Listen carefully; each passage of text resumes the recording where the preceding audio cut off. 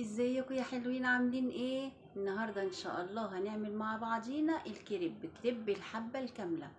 هنعمل كريب الحبة الكاملة بطريقة سهلة جدا وبسيطة جدا، وكمان من غير بيض ولا لبن ولا زبدة، يعني وصفة صحية 100%. مش هنحتاج من الادوات غير الخلاط بتاعنا اللي هنشتغل. طبعا حبايبي اللي ماشيين على النظام الطريقة دي هتعجبهم جدا، خاصة لو بيحبوا الكريبات وعلى طول بيطلبوا كريبات او بيعملوا كريبات في البيت بالدقيق الابيض.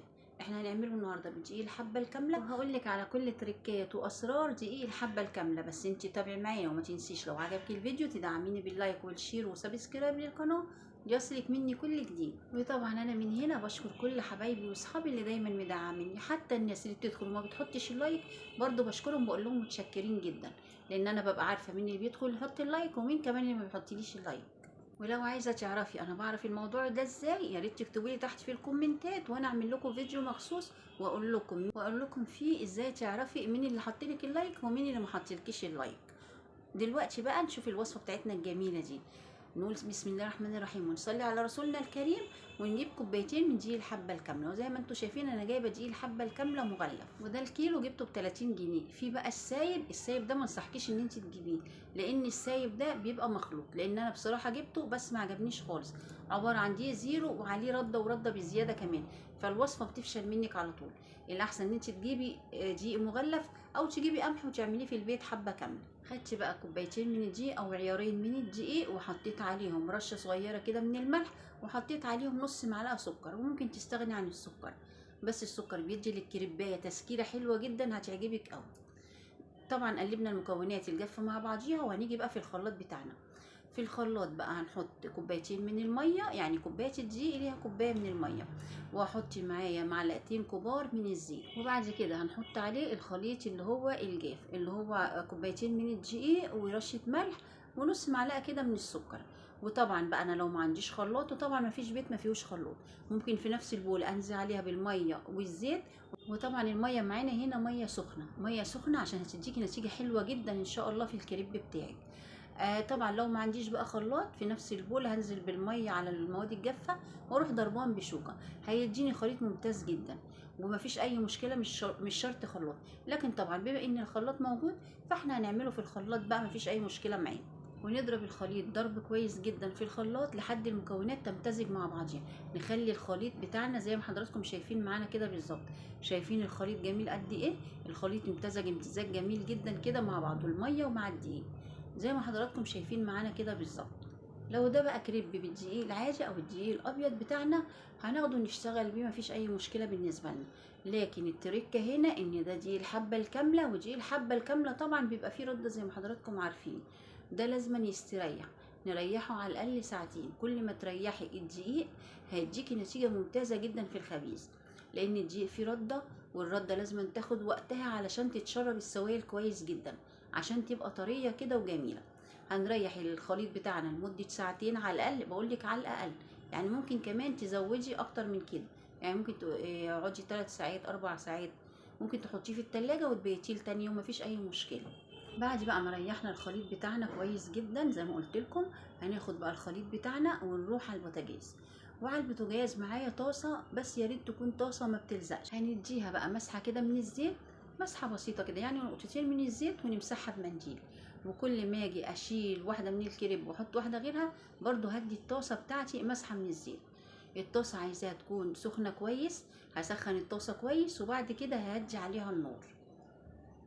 وضروري زي ما قلت لكم مسحه الزيت بين الكريبايه والتانيه، لان الدقيق بتاعنا دقيق الحبه الكامله بيكون تقيل شويه عن الدقيق العادي، فطبعا لازم نكون ماسحين بالزيت على اساس ان الكريبه بتاعتنا ما تلزقش. نمسح مسحه كويسه كده الطاسه عشان الكريبه ما تلزقش معانا في الطاسه. زي ما حضراتكم شفتوا معانا كده عجينه الكريب بتاعتنا عامله ازاي. قلبناها تقليبه حلوه كده قبل ما نصب، وكل ما نيجي نحط كريبايه برضو نقلبها في قلب بعضيها تقليبه حلوه كده. اول بقى كريبايه حطيناها، حطيت شويه كده من الصغيرين عشان نعملها زي تجربه، يعني شويه صغيرين كده ما تكتريش، وما شاء الله طلعت زي الفل معانا باذن الله، الحمد لله رب العالمين. زي ما حضراتكم شايفين ما باجيش جنبها الا لما بتتشمع معايا. اول ما تحسي ان هي اتشمعت كده وشكلها اتغير معاكي، بتحاولي ان انت تقلبيها، ما تقلبيهاش قبل كده. هي اول ما هتستوي او اول ما هتتشمع هتفك على طول من الطاسه زي ما حضراتكم شايفين كده. بنقلبها بقى قلبتين على الوش ده وقلبتين على الوش ده، وطبعا النار هاديه، وبتدوسي عليها بالمعلقه او بالسباتشوله، المهم تدوسي عليها كويس جدا وتسويها كويس جدا. خدي بالك ان هي بتاخد سوا شويه عن الدقيق العادي، الدقيق الحبه الكامله بياخد وقت على ما بيستوي. بعد كده بقى شلناها ورحنا ماسحين برضو الطاسه بتاعتنا بمسحه كده من الزيت، بنقطه كده من الزيت بمنديل، مسحناها مسحه كويسه.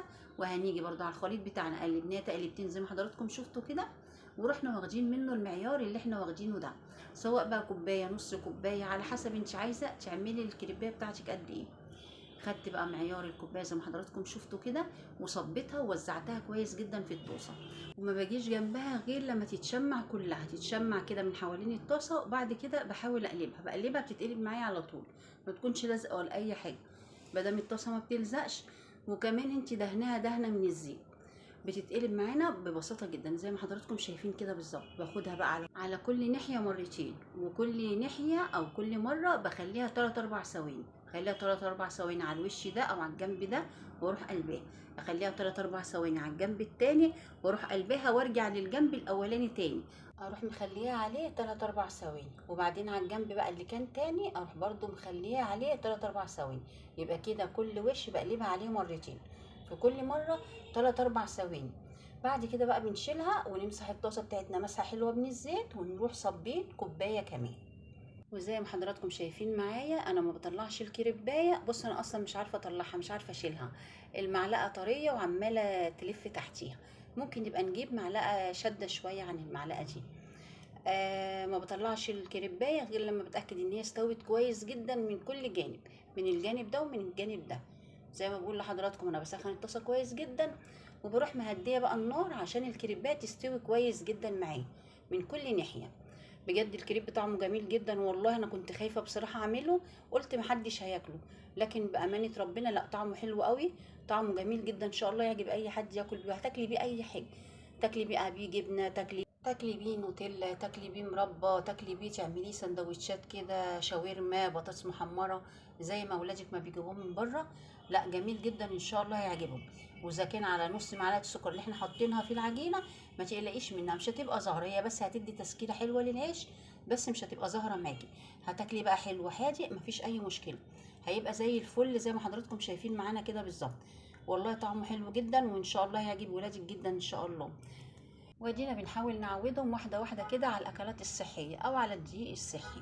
زي ما حضراتكم شايفين الكريب بتاعنا حلو ازاي، بس هو بقى اتقطع من ايدي زي ما حضراتكم شايفين كده بالظبط، اتقطع من وانا بوريه لكم. بس اهم حاجه ان احنا اول ما نطلعه من الطاسه لازم نغطيه، لازم نغطيه علشان ما ينشفش، وبعد كده برضو نفضل مغطيينه لان هو سهل جدا ان هو ينشف. وطبعا ممكن نعمله سندوتشات كريب لاولادنا بسهوله جدا، ممكن نعمل لهم بطاطس محمره ونعمل لهم مايونيز. وعلى فكره لو عايزين المايونيز الصحي ممكن كمان عشان يبقى اكلنا كله صحي، ممكن اعمل لكم المايونيز الصحي من غير بيض. يا ريت تكتب لي وانا اعمله لكم ان شاء الله في فيديو كده خاص بيه، او فيديو لوحده اعمل لكم المايونيز الصحي، يبقى معانا العيش الصحي ومعانا المايونيز الصحي. وطبعا البطاطس المحمره اوكي مفيش منها اي مشكله. طبعا ممكن تعملي لهم نوتيلا، ممكن تعملي لهم مربى، ممكن تعملي لهم فيه شاورمه لحمه، شاورمه لحمه، وتعملي الكاتشب معاكي في البيت، وتعملي المايونيز في البيت زي ما قلت لك. وممكن كمان تعملي الكريب او تعملي عجينه الكريب وتسيبيها في التلاجة. اي حد يجي يحتاج سندوتش كريب على طول تروحي عامله له على طول في نفس الوقت، يعني مش شرط ان انت تعملي مره واحده.